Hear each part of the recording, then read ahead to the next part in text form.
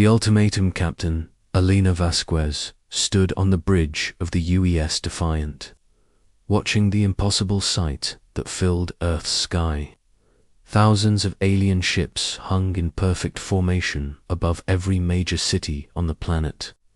Each vessel was the size of a mountain, their dark metal surfaces gleaming with weapons that could crack continents.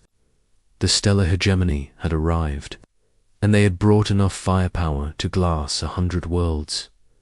Alina had been a naval officer for 15 years, but nothing in her training had prepared her for this moment. The bridge crew worked, intense. Silence, their hands steady despite the fear in their eyes. Everyone knew what was coming. The hegemony didn't negotiate. They conquered. The communication array crackled to life. Lieutenant Commander Robert Hayes looked up from his station, his face pale. "Captain, incoming transmission from the flagship. It's massive, ma'am. The ship is over 50 kilometers long." Alina straightened her uniform and faced the main screen. "Put it through, Commander Hayes." The screen flickered, then displayed something that made several crew members gasp. The being that appeared was unlike anything in Earth's databases. Supreme Chancellor Vorthok stood 3 meters tall, with skin that looked like living obsidian, and 6 arms that ended in razor-sharp claws. His eyes burned with an inner fire that seemed to look directly into Elena's soul. "Humans of the third planet," Vorthok's voice resonated with the power of thunder. "I am Supreme Chancellor Vorthok, voice of the stellar hegemony. We rule over 12,000 star systems and 47 billion worlds.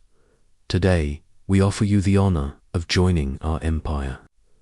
Alina felt her jaw clench. She had studied the hegemony's history. Their honor meant slavery for 90% of humanity and strip mining Earth until it was a dead rock. Vorthok continued, his burning eyes never blinking. "You will surrender 60% of your planetary resources immediately. 40% of your population will be relocated to industrial worlds to serve the hegemony's needs. Your military will be disbanded and your leaders will be replaced by our governors. In return, we will permit your species to continue existing." The alien paused, and Alina could hear the collective intake of breath from her bridge crew. The entire planet was watching this transmission. "You have 12 standard hours to provide your answer," Vorthok concluded. "Choose wisely. The hegemony has never been refused, and worlds that resist us become examples for others." The screen went dark. Alina stood in the silence that followed, her mind racing. 12 hours to decide the fate of humanity. 12 hours to choose between slavery and extinction. "Captain," Communications Officer Lisa Park spoke quietly. "We're receiving a priority signal from the Global Defense Council. President Chen wants to address the fleet commanders immediately." 20 minutes later, Alina sat in the secure conference room of the lunar station. Along with every major military leader on Earth, President Marcus Chen looked older than his. 55 years, the weight of 8 billion lives visible in every line on his face. Defense Secretary Amanda Rodriguez sat beside him, her expression grim. "Ladies and gentlemen," President Chen began, his voice steady despite the circumstances, "you've all heard the hegemony's offer. I want to know our military capabilities." General Patricia Stone, head of the Global Defense Force, activated a holographic display. "Mr. President, the honest assessment is that we cannot win a conventional war. Their smallest ships outgun our largest vessels 10 to 1. They have orbital bombardment capability that could sterilize our planet in hours." However, Dr. Sarah Mitchell interrupted from her seat at the Science Council table. We may have options they don't know about. All eyes turned to the brilliant physicist who had been Earth's leading expert on quantum mechanics for the past decade. She had been working on classified projects that even most world leaders knew nothing about. Explain, Dr. Mitchell. President Chen requested. Sarah stood and activated her own holographic display. For the past 20 years, following the first detection of hegemony scouts in our outer system, we've been developing something we call the quantum isolation field. It's a defensive barrier that can seal our entire solar system. Admiral James Carter, commander of the Space Defense Network, leaned forward. What kind of barrier? Imagine a bubble of altered space-time around our solar system, Sarah explained. Nothing gets in, nothing gets out. No ships, no communications, no energy, weapons. It would make us completely isolated from the galaxy. That sounds like a prison, General Stone observed. Or a fortress, President Chen replied quietly. He studied the data streaming across Sarah's display. How long could we maintain this field? Theoretically, indefinitely. The field draws power from quantum fluctuations in space itself. But Mr. President, there's something else. Our computer models suggest that activating the field might have unexpected effects on hegemony technology. Defense Secretary Rodriguez raised an eyebrow. What kind of effects? The hegemony's technology appears to be based on quantum entanglement networks that span their entire empire. If we isolate our solar system from normal space-time, it might disrupt their systems on a galactic scale. The room fell silent as the implications sank in. Alina felt her heart racing. They were talking about cutting Earth off from the galaxy forever, but in doing so, they might wound the hegemony in ways no one could predict. President Chen looked around the room at each face. These people had served Earth faithfully, and now they were being asked to make the most important decision in human history. Dr. Mitchell, can the field be reversed if we change our minds? Yes, Mr. President, but only from our side. Once activated, we control whether the barrier stays up or comes down. General Stone spoke up. Sir, if we activate this field, we're betting everything on untested technology. If it fails, the hegemony will destroy us for certain. And if we surrender, Alina found herself saying, they'll destroy us slowly over generations. President Chen nodded. Captain Vasquez is right. I've studied the hegemony's history. They don't allow conquered species to maintain their culture, their freedom, or even their dignity. Surrender means the death of everything that makes us human. Admiral Carter crossed his arms. So we're talking about choosing isolation over extinction? No, President Chen said firmly. We're talking about choosing freedom over slavery, no matter the cost. The president stood and looked out through the lunar station's viewport at the blue marble of Earth hanging in space. The hegemony ships were visible even from this distance, dark spots against Earth's daylight side. I want every department head to give me their honest assessment. Can we survive in isolation? Can we maintain our technology, our society, our hope for the future if we're cut off from the stars? Dr. Mitchell spoke first. Our industrial capacity is sufficient for a closed system. We have the technology to maintain our civilization indefinitely. General Stone added, our food production can support our population. We have mineral resources in the asteroid belt and on Luna. What about morale? President Chen asked. What happens to humanity's spirit if we're trapped in our own solar system? Alina stood up. Mr. President, I think you're asking the wrong question. It's not about whether we can survive in isolation. It's about whether we can survive the loss of our freedom. Every human in this room knows the answer to that. The room buzzed with quiet agreement. These were people who had dedicated their lives to protecting human independence. The choice, when put that way, was obvious. President Chen checked his chronometer. We have 8 hours left to give the hegemony our answer. I want all systems checked and ready. Dr. Mitchell, how long do you need to activate the quantum isolation field?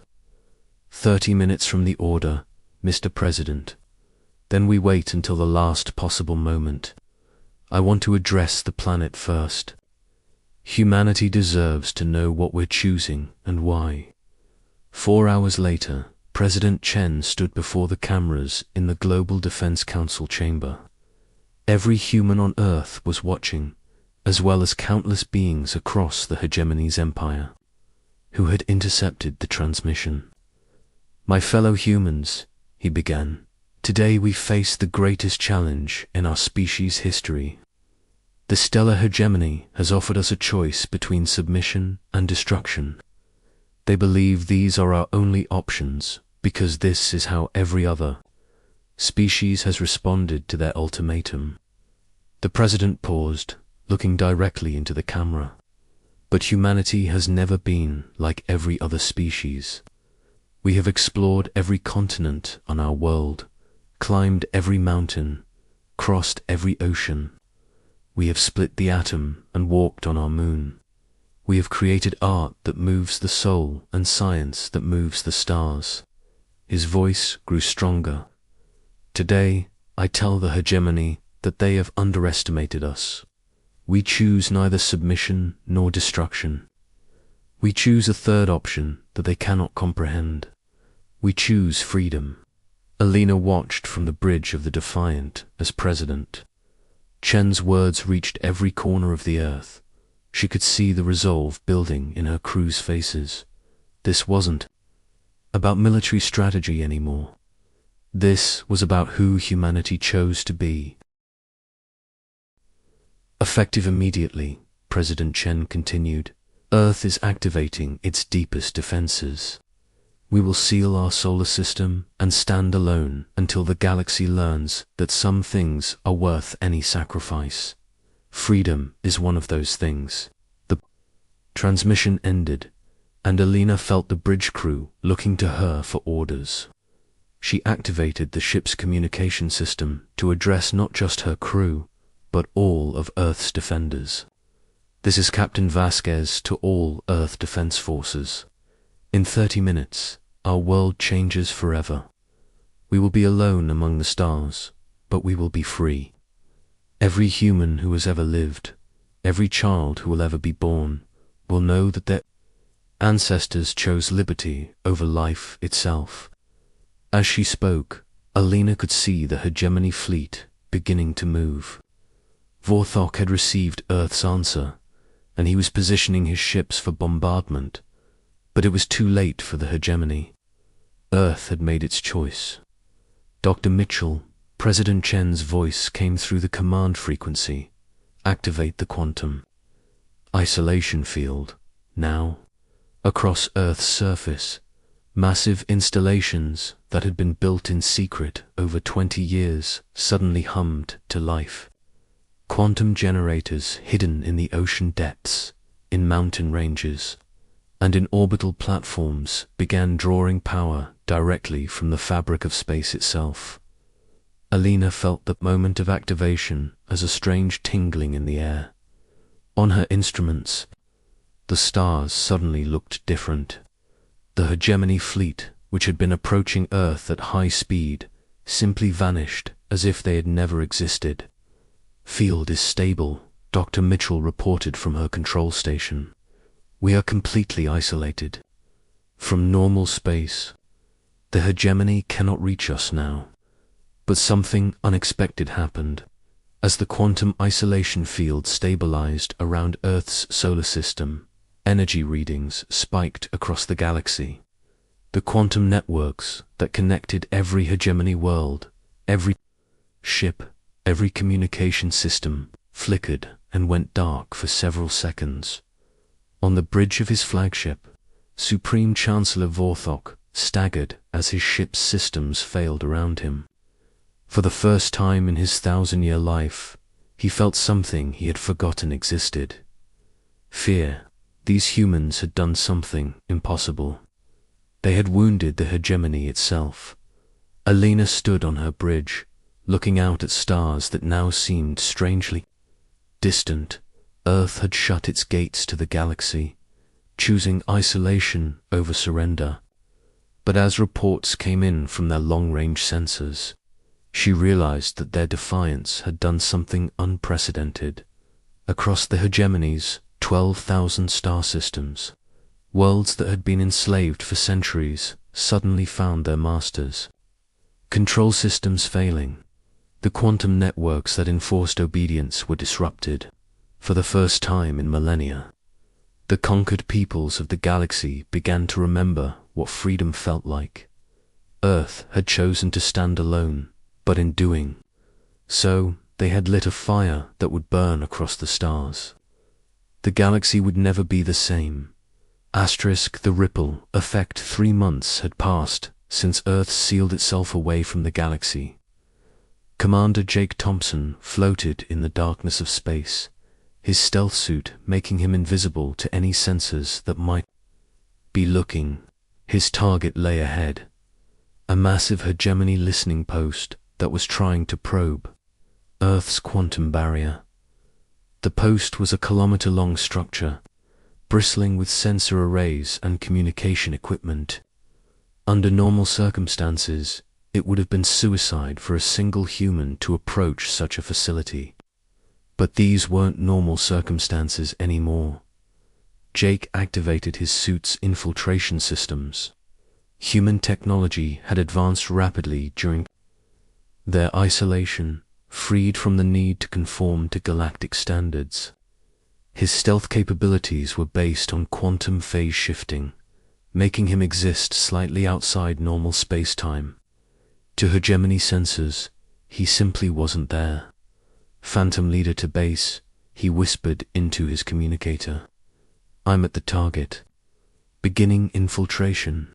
Back on Earth, Captain Alina Vasquez monitored the mission from the new Quantum Command Center. The facility had been built inside a mountain in Colorado, its walls lined with the same quantum field generators that protected their solar system. Copy, Phantom Leader. Remember, we need their communication logs intact. Intelligence believes they contain coordination data for other hegemony operations. Jake slipped through the listening post's hull using a quantum phase cutter. The technology allowed him to temporarily shift matter out of phase, creating doorways that sealed themselves behind him. Inside, he found corridors filled with strange alien atmosphere, but his suit provided perfect life support. The first thing he noticed was the silence. Normally, a hegemony facility would be buzzing with activity. Instead, emergency lights cast eerie shadows while most systems ran on backup power. Jake moved through empty corridors toward the central computer core, in a control room overlooking banks of quantum computers. Jake found what he was looking for.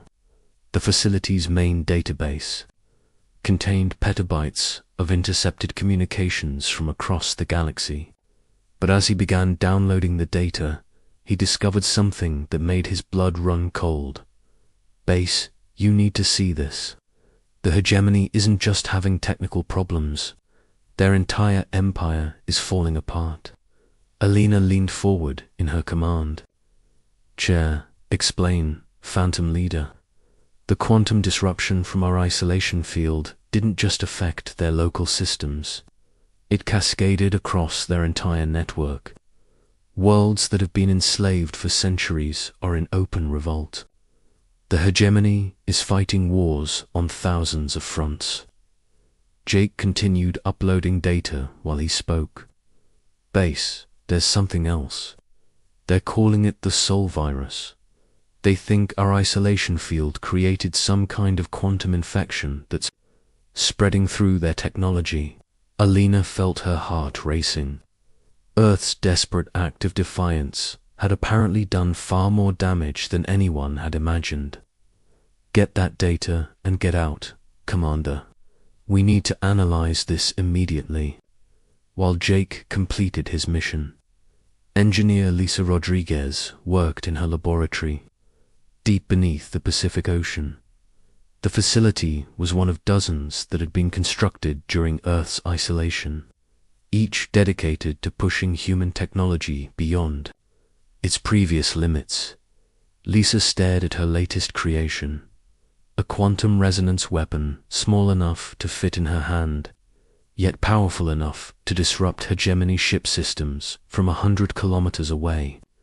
The device used principles that Earth's scientists had discovered by studying their own isolation field.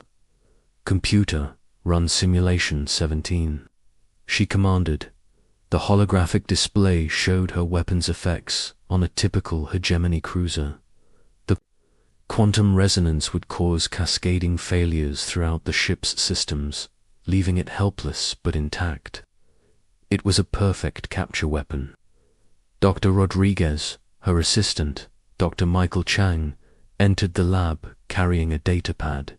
"You need to see the intelligence reports from Commander Thompson's mission." Lisa read through Jake's findings, her excitement growing with each page.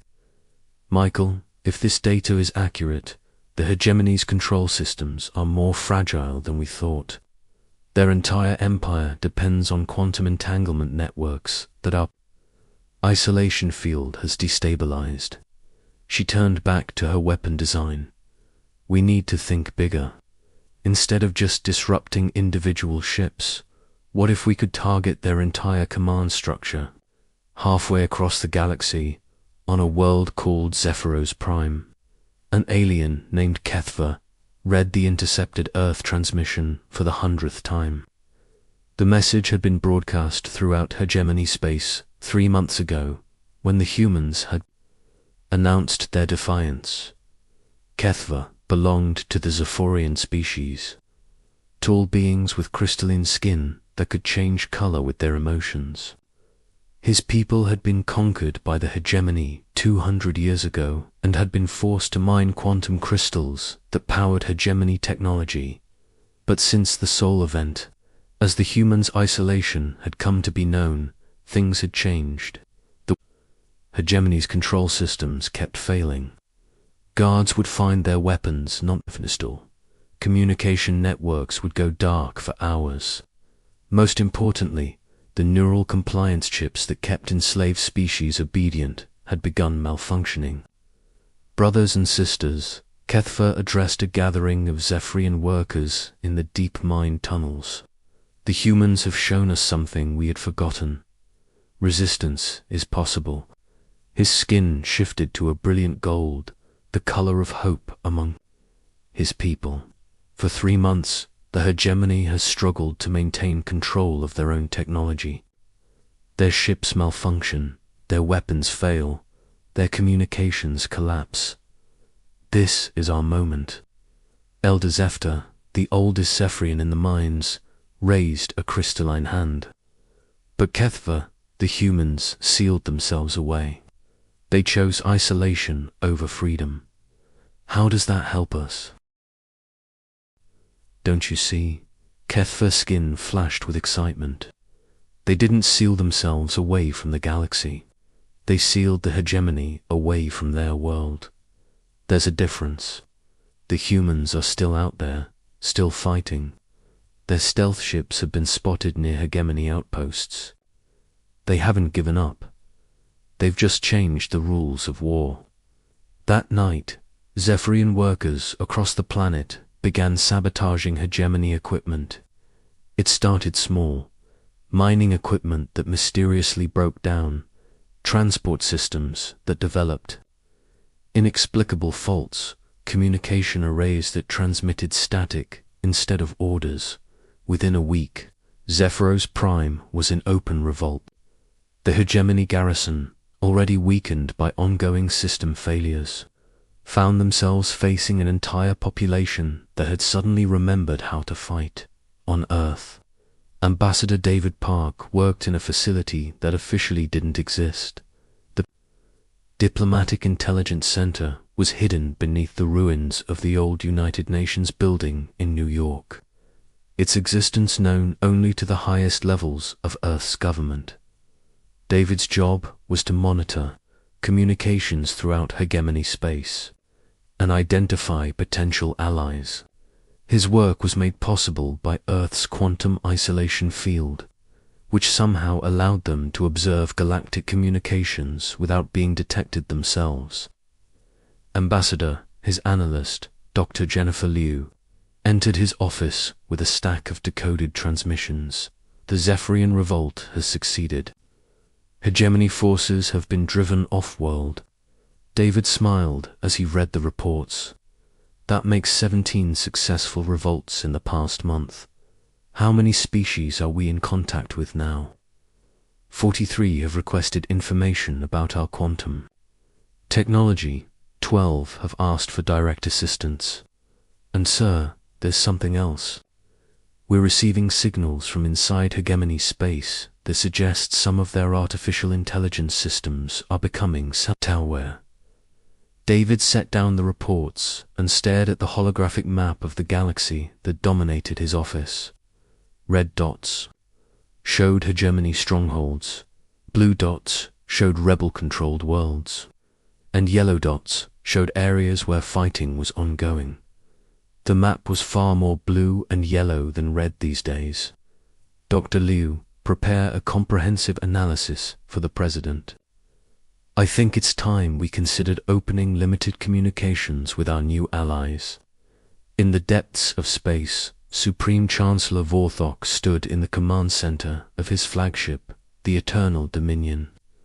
The massive vessel was one of the few hegemony ships whose systems remained fully operational, protected by quantum shielding that his engineers had developed in response to the Sol virus.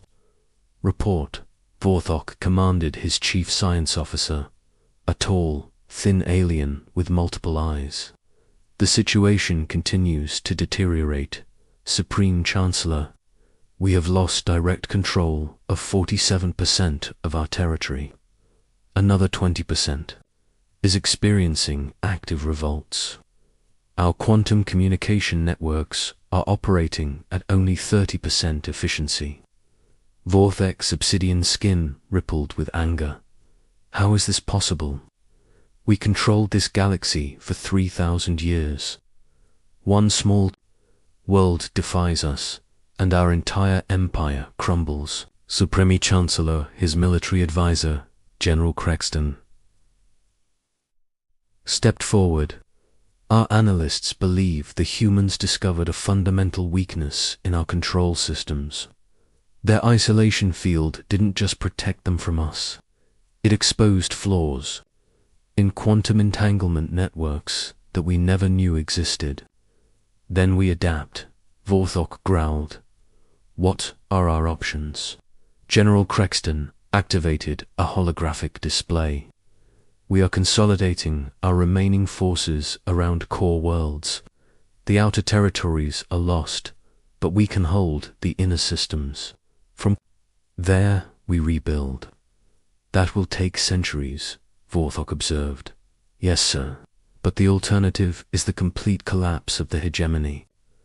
Vorthok stared at the tactical display, his burning eyes reflecting the lights of a galaxy at war. 3,000 years of conquest, undone by one species' refusal to surrender. He had underestimated humanity, and now the entire galaxy was paying the price. Back on Earth, President Marcus Chen met with his expanded council in the secure chamber beneath the Quantum Command Center. The room had grown to accommodate representatives from every major government and organization on the planet. Ladies and gentlemen, President Chen began. Ambassador Park's latest intelligence reports confirm what we suspected. Our isolation has triggered the largest galactic revolt in recorded history. Dr. Sarah Mitchell, now director of the Quantum Research Division, activated a galactic map.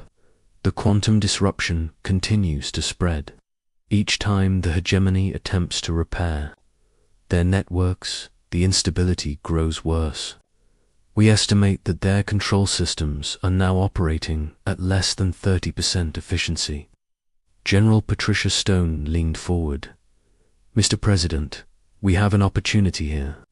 While the hegemony is weakened, we could strike directly at their core worlds.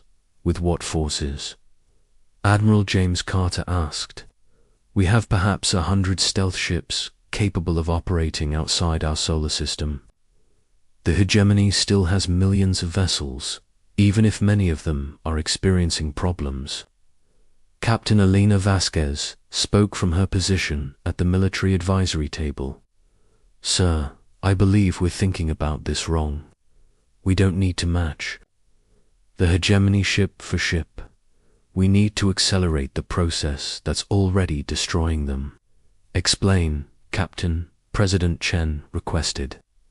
The quantum disruption is spreading because it's based on the same principles as their technology. What if we could amplify that effect?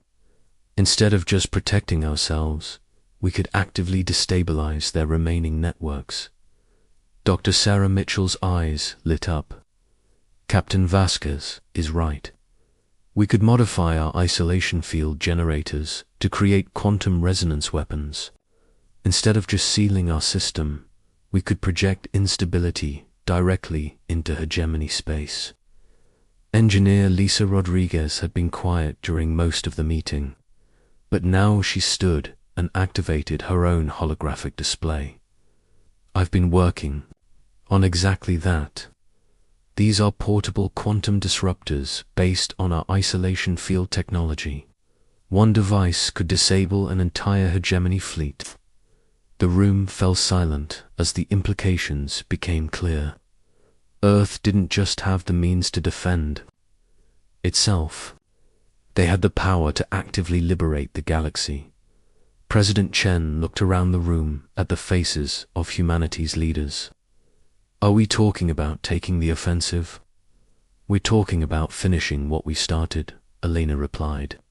3 months ago, we chose isolation over surrender. But isolation was never the end goal. It was the beginning. We isolated ourselves to develop the technology we needed to free not just humanity, but every enslaved species in the galaxy. Ambassador David Park activated his communication display. Mr. President, I have 43 species requesting assistance. They're not asking us to fight their battles for them. They're asking us to share the knowledge that will let them win their own freedom. President Chen stood and walked to the viewport that showed Earth hanging in space beyond the mountain facility. The planet looked peaceful from this distance. But he knew that every continent buzzed with activity as humanity prepared for the next phase of their great endeavor. Dr. Mitchell, how long would it take to modify our quantum field generators to project destabilizing effects into hegemony space? 6 months for a working prototype, another 6 months for full deployment, and the portable disruptors that Engineer Rodriguez has developed. We could have the first units ready for field testing in 3 months, Lisa replied. President Chen turned back to his council. Then we have our timeline. In 6 months, we begin the liberation of the galaxy, not as conquerors, but as allies. We'll share our technology with any species that wants to be free. As the meeting ended and Earth's leaders dispersed to their various tasks, Alina remained behind with President Chen. They stood together looking out at the stars, both thinking about the enormity of what they were planning. Mr. President, Alina said quietly, when this started, we thought we were saving humanity. But we might actually be saving the entire galaxy. No, Captain, President Chen replied. We're not saving the galaxy. We're teaching it to save itself. There's a difference.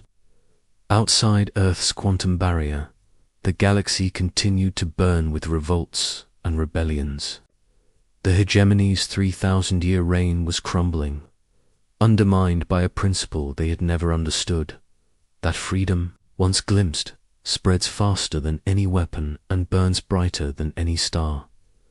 Earth had closed its gates to the Empire, but in doing so, it had opened the door to a new age of galactic independence. The stars themselves seemed to tremble with anticipation of what was coming next.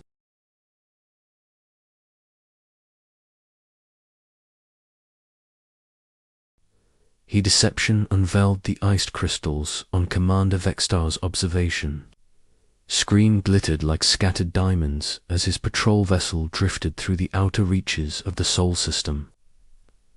For the past 15 years, these routine inspections had become as predictable as the orbital patterns of the planets themselves.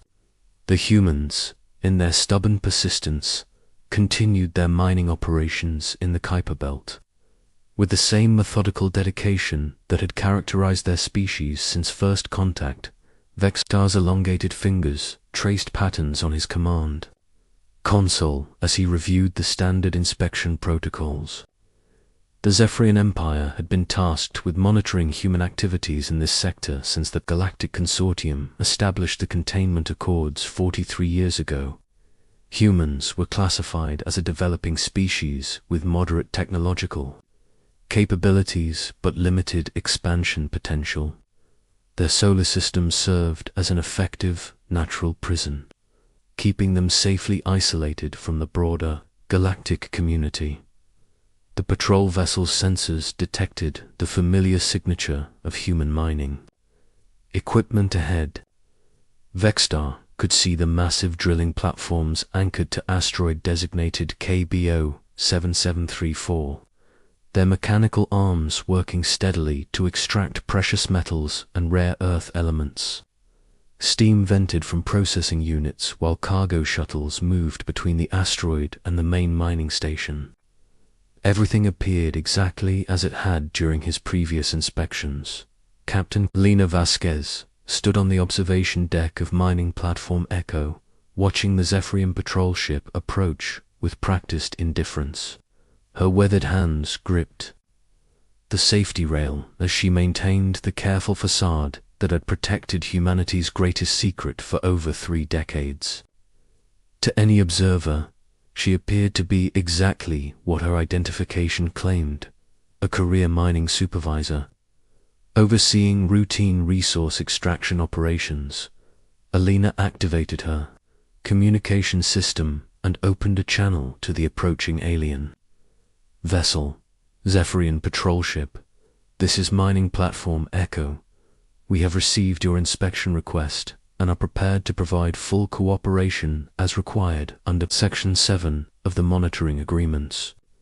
Vextar's voice crackled through the speakers with the characteristic clicking undertones of his species. Captain Vasquez, this is Commander Vextar, conducting standard compliance verification. Prepare to receive our inspection team within the next solar hour. Alina nodded to her crew, who immediately began their well-rehearsed preparations. Hidden panels slid into place, concealing advanced holographic projectors.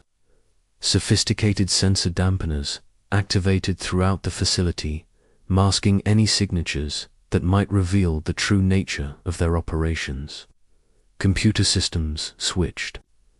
2 carefully prepared false databases showing exactly what the Zephyrians expected to see. The truth was far more extraordinary than Commander Vextar could possibly imagine. Mining platform Echo was not extracting materials for trade or construction. Instead, the massive drilling operation was hollowing out the asteroid's interior with surgical precision, creating vast chambers that would soon house the most powerful weapons systems humanity had ever developed. The asteroid itself was being transformed into something that would have terrified the Galactic Consortium if they understood its true purpose. Admiral Chen Wei monitored the inspection from his hidden command center deep within the asteroid's core. His facility was surrounded by 30 meters of solid rock and shielded by technology that made it completely invisible to alien sensors. Around him, dozens of technicians tracked every aspect of the Zephyrian visit, while massive construction teams continued their work in the deepest sections of the artificial caverns. Chen's gray hair and lined face showed the strain of carrying humanity's most critical secret for the past 12 years. As project director for Operation Silent Fleet, he bore responsibility for the largest construction project in human history. 12 asteroids throughout the outer solar system had been selected and modified using the same techniques. Each one was being converted into a planet-sized warship capable of devastating entire star systems. The inspiration had come from humanity's study of alien wreckage recovered from ancient battlefields discovered in the asteroid belt. Analysis of the debris revealed that most galactic civilizations built their largest ships in traditional shipyards, making them vulnerable to detection and attack during construction. Humans had chosen a different approach. By building their fleet inside naturally occurring asteroids, they could construct vessels of unprecedented size while maintaining perfect secrecy. Commander Vexter materialized on Platform Echo's transport pad, accompanied by 2 junior officers carrying standard inspection equipment. Alina greeted them with professional courtesy, maintaining the slightly nervous demeanor that aliens expected from humans in their presence. Her performance was flawless. After years of practice, "Commander, welcome aboard Platform Echo," Alina said, offering a respectful bow. "We have prepared the standard inspection routes and all required documentation is available for your review." Vextar nodded curtly and activated his scanning device. The instrument immediately began recording data about the facility's operations, power, consumption, and material output. Everything registered within normal parameters for a mining operation of this scale. The sophisticated deception systems hidden throughout the platform ensured that his sensors detected only what humanity wanted them to find. The inspection tour followed the same route used for previous visits. Vextar examined the drilling equipment, reviewed production reports, and observed the processing facilities where raw materials were prepared for transport. His officers took detailed scans of the asteroid's surface composition and confirmed that excavation was proceeding according to approved mining regulations. What the Zephyrian instruments could not detect was the true scope of the excavation taking place beneath their feet. The asteroid's interior had been almost completely hollowed out, creating chambers large enough to house entire cities. Construction teams worked around the clock installing massive fusion reactors, quantum processing cores, and weapon systems that surpassed anything in the known galaxy. The rock shell that remained was carefully reinforced, with molecular lattice that made it stronger than most military armor. Overseer Kralmoth received Vextar's preliminary inspection report aboard the Zephyrian monitoring station orbiting Neptune. The data appeared routine, matching patterns established over decades of human mining activity. Metal extraction rates were consistent with previous operations. Power consumption remained within expected ranges, and no unusual technologies were detected. However, something about the report troubled Kralmoth. His species had evolved from predators that relied on pattern recognition to survive, and his instincts suggested subtle inconsistencies in the data. The excavation rates seemed slightly higher than necessary for the materials being extracted. Power consumption showed minor fluctuations that could indicate hidden systems. Most concerning, the asteroid's gravitational signature had shifted in ways that were difficult to explain through normal mining operations. Kralmoth decided to conduct his own analysis using deep scan sensors that could penetrate several kilometers into solid rock. The results were initially confusing, showing vast hollow spaces where solid asteroids should exist. His first assumption was equipment malfunction, but repeated scans confirmed the readings. The asteroid was almost completely hollow, with only a thin shell of rock surrounding an enormous artificial interior. The discovery sent shockwaves through Zephyrian intelligence networks.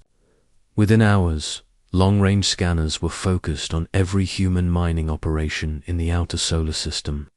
The results were terrifying in their implications. All 12 major mining sites showed the same characteristics. Massive hollow spaces hidden within what appeared to be routine resource extraction operations. Alina received the alert through secure channels, while Commander Vextar was still conducting his inspection. The message was simple but carried enormous. Wait, the deception is compromised. Prepare for acceleration of the timeline.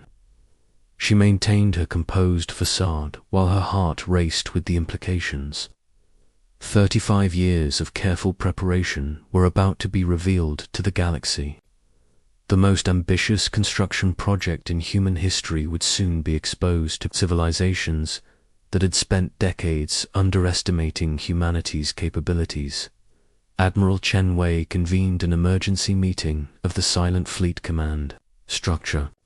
Within minutes of receiving confirmation that their operations had been detected, the holographic conference included the captains of all 12 planet ships, each calling in from their concealed positions throughout the solar system. Ladies and gentlemen, our timeline has been accelerated, Chen announced to the assembled commanders. Zephyrian intelligence has discovered the true nature of our operations. We estimate 72 hours before this information reaches the Galactic Consortium and they mobilize their fleets. Captain Marcus Stone, commander of the flagship Terra Nova, spoke first. Admiral, are we prepared for early deployment? My ship can be operational within 18 hours, but the crew is still completing final systems integration. All vessels will be ready. Admiral Sarah Cross replied from her command position aboard the planet ship Titan's Forge. We have trained for this scenario. The Silent Fleet was always designed to operate under emergency conditions. The meeting continued for several hours as commanders refined their deployment strategies and coordinated with support facilities throughout human space. The moment they had prepared for during decades of secret construction was finally approaching. Soon the galaxy would discover that humanity had been far more capable and ambitious than anyone imagined. Commander Vextar completed his inspection of Platform Echo without detecting any of the frantic preparations taking place around him. Elena's crew maintained their performance perfectly, appearing to conduct routine maintenance while actually preparing for the most dramatic reveal in galactic history. As the Zephyrian patrol vessel departed, Alina activated a secure communication channel that reached across the solar system. All stations, this is Echo Platform. The masquerade is ending. Prepare to show the galaxy what humanity has built in silence. Asterisk, the Silent Fleet awakens the emergency session of the Galactic Consortium convened in the crystalline chambers of Nexus Prime, the political heart of known space. Representatives from 47 member civilizations gathered as news of the human deception spread through diplomatic channels. High Counselor Dextran, a being whose species had governed galactic affairs for over 2 millennia, called the assembly to order with grave ceremony. Overseer Krelmoth presented his findings to the stunned assembly. Holographic displays showed the scanning data from human mining operations, revealing the massive hollow structures hidden within what appeared to be simple asteroids. The implications were staggering. Humans had been conducting the largest secret military construction project in recorded galactic history while maintaining perfect deception for over 3 decades. Honored counselors, Kralmoth announced, his voice carrying the weight of impending crisis. Our analysis indicates that humanity has constructed at least 12 vessels of unprecedented size. Each structure appears to be built inside a natural asteroid, with dimensions suggesting ships larger than most inhabited moons. The assembly erupted in concerned discussions as representatives struggled to comprehend the scale of human ambition. The Valorian delegate demanded immediate military intervention, while the peaceful Etherian ambassador called for diplomatic contact. The consortium had never faced a situation where a supposedly primitive species had secretly developed capabilities that potentially exceeded their own. Fleet Admiral Sarah Cross stood in the command center of Titan's Forge. As her ship began its transformation from hidden mining operation to revealed warship. Around her, thousands of crew members took their positions at stations they had trained to operate for years without ever seeing them activated in actual deployment. The asteroid's rocky exterior began to shift and change as hidden sections retracted, to reveal the true nature of the structure beneath. Massive weapon ports opened across Titan's Forge's surface like mechanical flowers blooming in the void. Sensor arrays extended from concealed positions, their sophisticated equipment immediately beginning to map every ship and station within light hours of their position. The fusion reactors that had been disguised as mining equipment now revealed their true purpose, providing power levels that exceeded the output of most space stations. Captain Marcus Stone watched from the bridge of Terra Nova as his own ship completed its metamorphosis. The flagship of humanity's secret fleet was the largest artificial structure ever created, with a mass equivalent to a small moon and weapons systems that could reshape the surface of planets. His crew of 15,000 represented the finest officers and specialists humanity could produce, all sworn to absolute secrecy until this moment of revelation. The transformation was synchronized across all 12 planet ships throughout the solar system. Mining equipment retracted into hidden bays, while military systems deployed with mechanical precision. Defensive screens activated, creating energy barriers capable of withstanding direct hits from anything in the galactic arsenal. The ships that emerged from their camouflage were unlike anything the galaxy had ever seen. Commander Vextar received priority communications from Zephyrian Command as his patrol vessel detected massive energy signatures emerging throughout the human solar system. His sensors, designed to monitor simple mining operations, were overwhelmed by readings that defied his understanding of human technological capabilities. Objects the size of large asteroids were moving under their own power while displaying energy outputs comparable to star-class phenomena. Command, this is Patrol 7, reporting emergency contact. Vexter transmitted, his voice betraying the fear that was beginning to overcome his professional composure. The humans have revealed military assets of unknown classification, requesting immediate fleet support and tactical analysis. The response came within minutes as Zephyrian military intelligence confirmed similar reports from monitoring stations throughout human space. The species they had dismissed as primitive miners and researchers had somehow constructed the most powerful fleet in known space while maintaining perfect operational security for decades. High Counselor Vexron authorized the mobilization of joint consortium forces within hours of receiving the confirmed intelligence. The political implications were staggering, but the immediate military threat required decisive action. Humanity had violated every containment agreement and treaty that governed their presence in galactic civilization. The response would be swift and overwhelming. Ambassador Zilkota of the diplomatic corps volunteered to make initial contact with human leadership before military action commenced. Her species, the Mindari, possessed natural telepathic abilities that made them ideal for first contact situations with potentially hostile civilizations. She hoped to avoid the catastrophic war that seemed inevitable if humanity refused to surrender their secret fleet. Fleet Admiral Sarah Cross received the diplomatic transmission aboard Titan's Forge while her ship moved into formation with the rest of the silent fleet. The human vessels had arranged themselves in a defensive pattern that protected Earth while demonstrating their overwhelming tactical superiority. Each planet ship was accompanied by dozens of support vessels that had been constructed in hidden facilities throughout the solar system. Admiral Cross, this is Ambassador Zilkata, representing the Galactic Consortium. The transmission began with careful diplomatic protocol.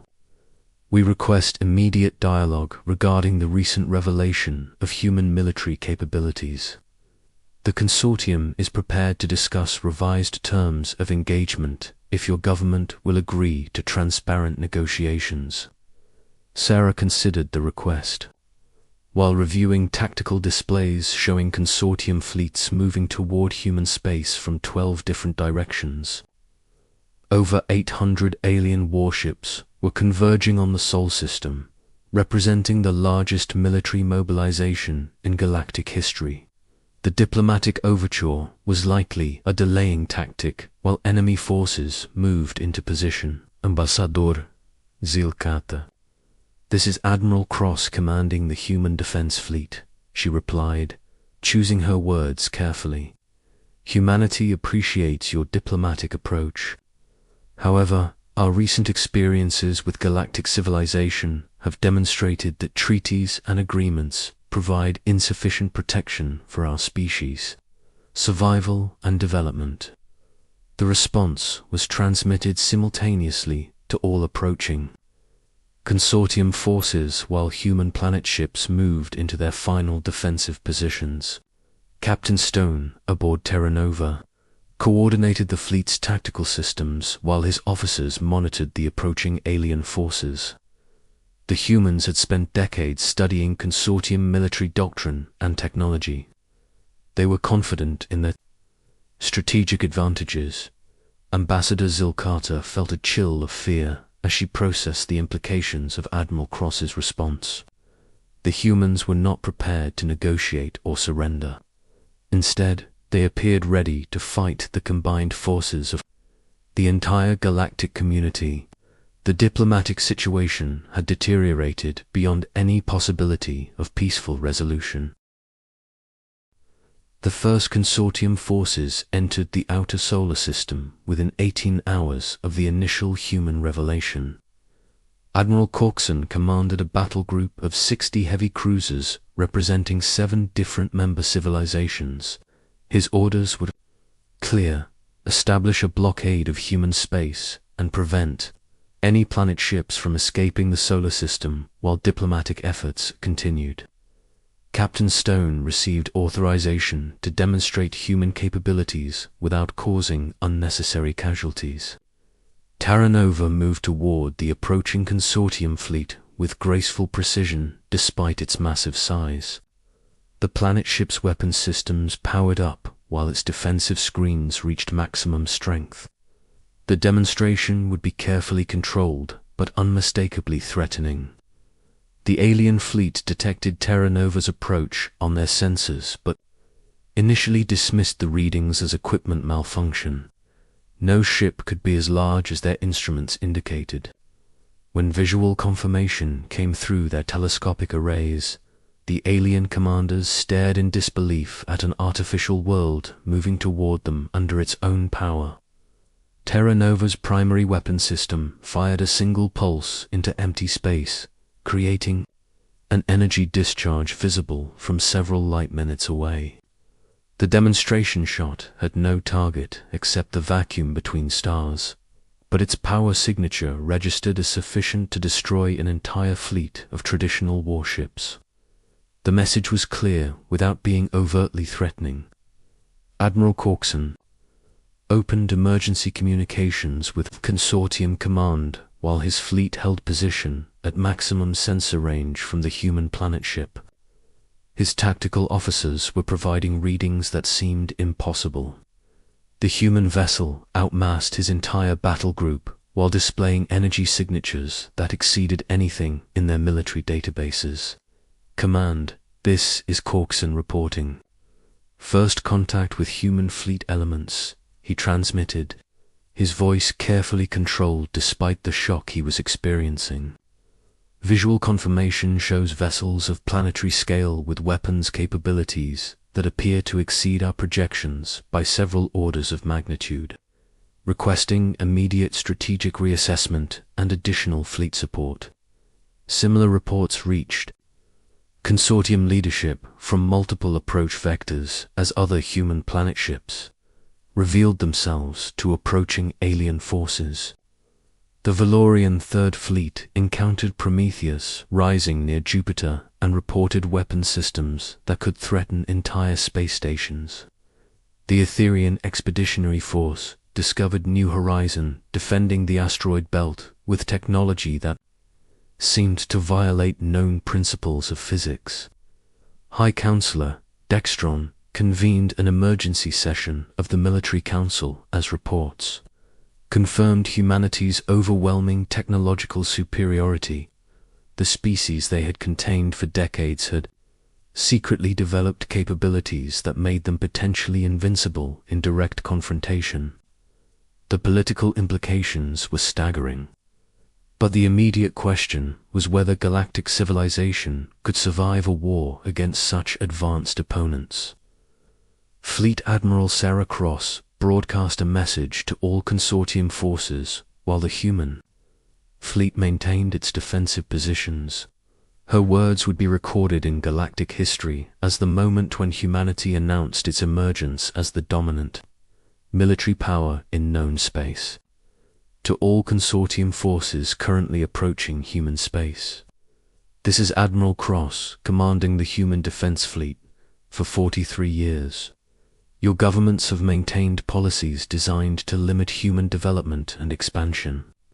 You have treated our species as prisoners in our own solar system while claiming to act for our protection. Today, that containment ends. The transmission continued with carefully chosen words that offered both warning and opportunity. Humanity seeks peaceful coexistence with all galactic civilizations based on mutual respect and equal treatment. However, we will no longer accept restrictions on our development or expansion. Any attempt to maintain the previous containment policies will be met with appropriate defensive action. The galaxy's response came within hours as Consortium fleets began withdrawing from human space. The demonstration had been effective beyond all expectations. Faced with planet-sized warships, possessing unprecedented destructive capabilities, even the most aggressive member civilizations chose discretion over confrontation. Ambassador Zilkata requested permission to visit Terra Nova for direct negotiations with human leadership.